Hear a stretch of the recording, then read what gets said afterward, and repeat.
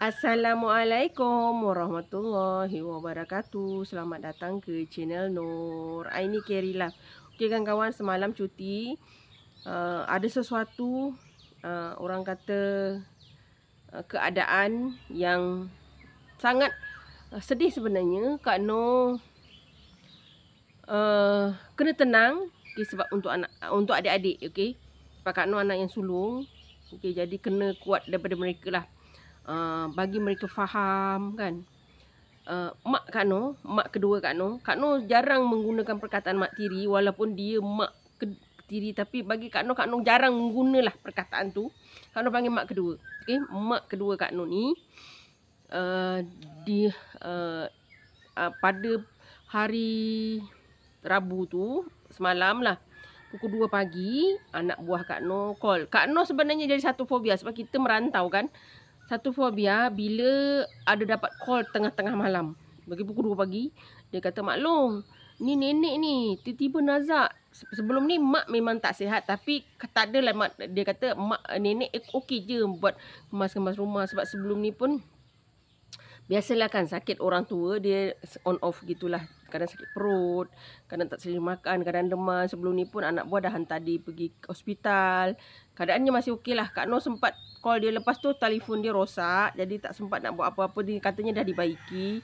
Dah okey lah. Okay, tapi Kak Noh tak kita sibuk dengan raya, puasa semua. Jadi Kak Noh hanya bertanya khabar tu melalui dengan anak buah lah. Okay. Malam semalam tu pukul 2 pagi Kak Noh dengan suami terus ke hospital Banting ya di Kuala Langat. Keadaan mak memang dah anak buah kata sempat mak tu macam tak bernafas. Diorang cuba bawa juga sampai ke hospital tu, doktor cek masih ada nadi. Jadi pseudo doktor lah, dia kata nenek dapat distabilkan. Okey, sebab kita tak tahu sebab ni mak Kak Noh ni dia dah lama mengadu dia sakit perut. Sakit perut yang amat sangat, tapi dah pergi klinik beberapa kali dah tak ada. Tapi cuma klinik yang terakhir dia pergi tu, doktor yang terakhir tu dia ada x-ray. Dia kata cepat hantar mak awak ke hospital lah. Ketika itu adik Kak Noh yang hantar dia. Okay. Di pergi hospital tu, biasalah kita tak boleh nak salahkan juga. Kadang-kadang keadaan yang Kak Noh selepas tu Kak Noh ada call dia. Kak Noh buat video call dengan dia. Lama juga 2 jam lebih Kak Noh bercakap. Sebabnya anak buah bagi tahu dia ditakut-takutkan oleh anak dia. Dia nak pergi hospital tapi dia kata nanti takut tebuk sana. Kita tak, Kak Noh tak salahkan adik. Dalam perkara ni semua orang pun takutkan. Kalau dia nanti sakit apa-apa dia tebuk sana tebuk sini. Jadi Kak Noh sebagai kakak call mak. Lepas tu Kak Noh marah adik-adik lah. Sebabnya adik-adik Kak Noh syukurnya mereka dengar cakap Kak Noh sebagai seorang kakak kan. Jadi mereka dengar, mereka bagi tahu, Kak Noh terangkan kena hantar mak hospital. Tapi lepas tu dia kata oh dah okey, dah tak ada apa dah okey dah, nenek dah okey, mak dah okey. Dia kata okey. Kak Noh pun relax lah. Tapi bila terjadi semalam, keadaan dia dah teruk kawan-kawan. Kak Noh buat semua prosedur. Kami 2 pagi tu Kak Noh lepas solat suruh adik-adik semua sarapan. Kak Noh beli sarapan supaya mereka lebih tenang. Sebab nampak kerisauan adik-adik tu. Kak Noh memang sumpah Kak Noh risau. Tapi Kak Noh lebih tenang sebab Kak Noh kena tenangkan dorang. Sebab mereka tak faham. Kita tanya bila dia bagi tahu prosedur-prosedur macam ni, adik Kak Noh tu macam anak mak kedua Kak Noh ni ya. Kak Noh ni kan daripada mak pertama. Jadi Kak Noh tinggal 2 beradik je. Okay, Kak Noh dengan adik lelaki. Yang Kak Noh cakap ni adik daripada mak yang kedua ni. Anak dia yang sulung lah. Anak dia dengan yang sulung dengan arwah ayah. Jadi yang tu dia macam bela. Dia tak boleh nak keputusan. Dia bila kita bagi tahu prosedur yang betul tu, oh dia kata oh gini. Dia macam tak boleh nak adapt pun apa yang doktor bagi tahu dia. Dia cuma boleh ngangguk-ngangguk gitu. Tapi dia tak faham prosedur apa pun. Jadi Kak Noh sana uruskan, nasib baik ada anak buah Kak Noh juga. Dia tolong gantikan. Sementara Kak Noh tak ada, dia uruskan semua. Alhamdulillah dah tu nak dibawa ke ICU. Dia semalam pukul 7 lebih macam tu dibawa ke ICU. Kak Noh dah ada sekali uruskan kat situ. Dan doktor panggil lah prosedur by prosedur. Kita okey masuk. Kita tanya doktor pun, awak anak? Ya saya anak. Tapi anak tiri. Tapi saya dikira kakak sulung pada mereka semua. Terangkanlah adik ni dia tak faham. Mereka tak tahu kan. Okey. Doktor, okeylah, Kak Noh tanda tangan semua surat yang perlu. Cuma Kak Noh minta kami adik-beradik lah. Okey, minta jangan buat lagi sebab keadaan mak sangat-sangat menyedihkan sebenarnya. Dah teruk sangat kawan-kawan. Dan doktor sahkan malam tadi mak kedua Kak Noh kanser. Kanser usus. Dah tahap teruk lah. Okey. Ini mak kedua Kak Noh. Kak Noh sebenarnya mak kedua Kak Noh ni beza umur dia dengan Kak Noh 6 tahun je. Dia kahwin dengan arwah ayah ketika umur dia 15. Kak Noh masa tu 9 tahun.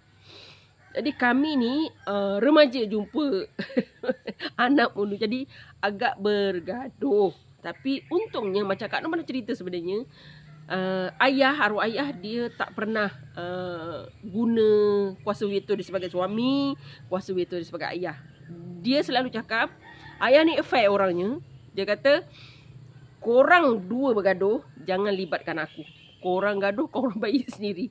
Jadi secara tak langsung, kami tak terbela dua-dua. Jadi kami baik sendiri. Okey, okey lah, fair lah kan. Jadi benda tu berlarutan.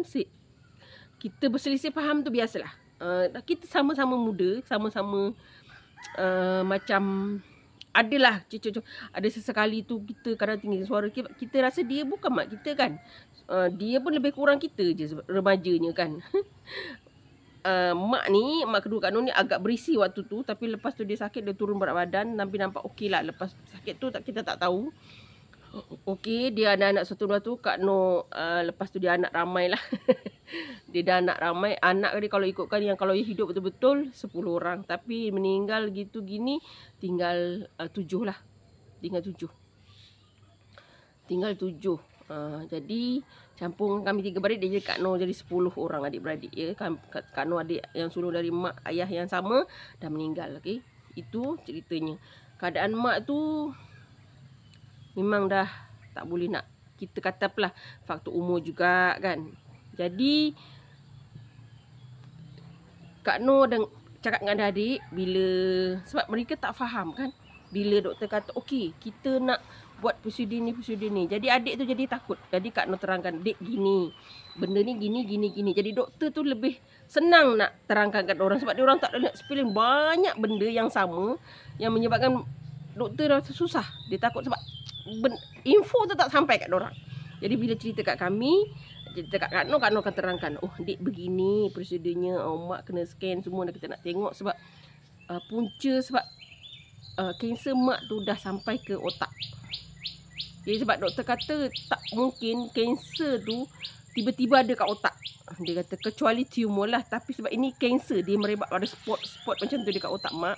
Dia kata kanser ni mungkin ada di tempat lain. Dan Kak Noh infokan kat doktor yang mengatakan kanser tu mak pernah mengadu hampir setahun rasanya. Sakit perut yang sangat-sangat sakit di bahagian perut dia.